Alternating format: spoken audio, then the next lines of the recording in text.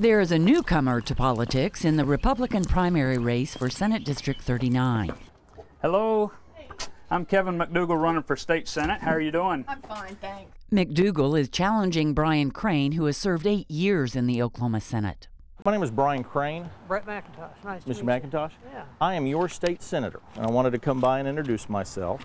While Crain is the incumbent, he is a new face and a new name for many voters in District 39. With redistricting in 2010, the district is basically a brand new district. 3/4 of the area that is within Senate District 39, I didn't represent a year ago. McDugle describes himself as a biblical conservative.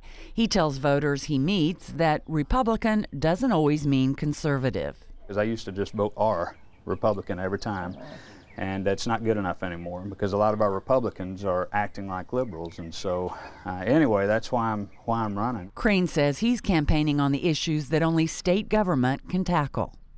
There is a role for government, and the role for government is to provide core services and do a good job providing core services. Core services would be roads and bridges. It would be public safety. It would be public education. Both candidates are trying to broaden their reach to voters through radio ads.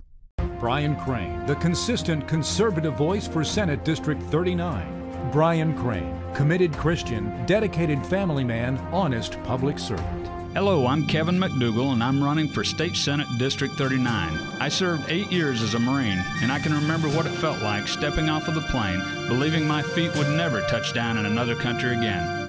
While speaking with voters, McDugle links Crain to the Federal Affordable Health Care Act. First, I list Obamacare. We have to repeal anything to do with Obamacare. One of the bills I look at is 1373, which was authored by Brian Crain, which would actually create a health care information exchange here in Oklahoma. They say that it's not Obamacare, but the very basis of Obamacare is forcing people to share information. Crain says he's strongly against what he calls Obamacare and that his bill, which failed to pass, followed the advice of Republican United States Senator Tom Coburn. We were expanding Insure Oklahoma so that more Oklahomans could have access to what it provides, the model that Dr. Coburn talks about. But it was all voluntary. It was all to be done by the free market.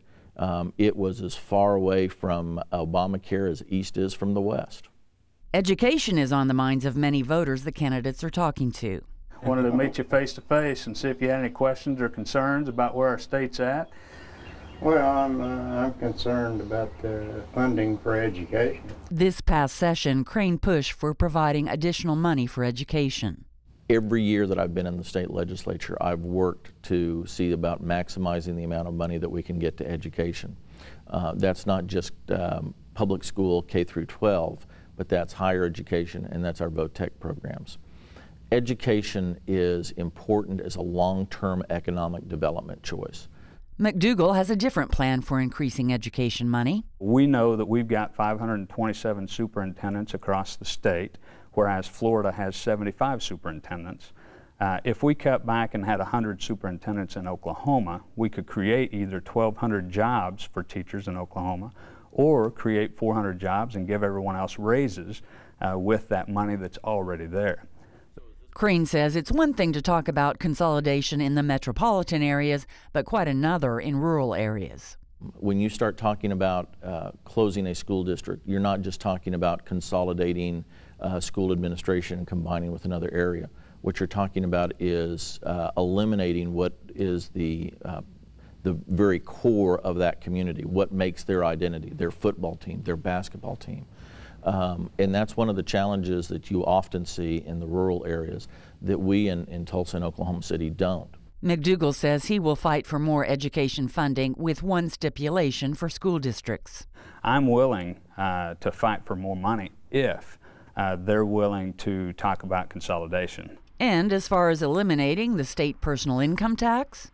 Well, I think we can cut personal income tax. I'm a fair tax guy. I'd like to see our state and federal government go to a consumption tax.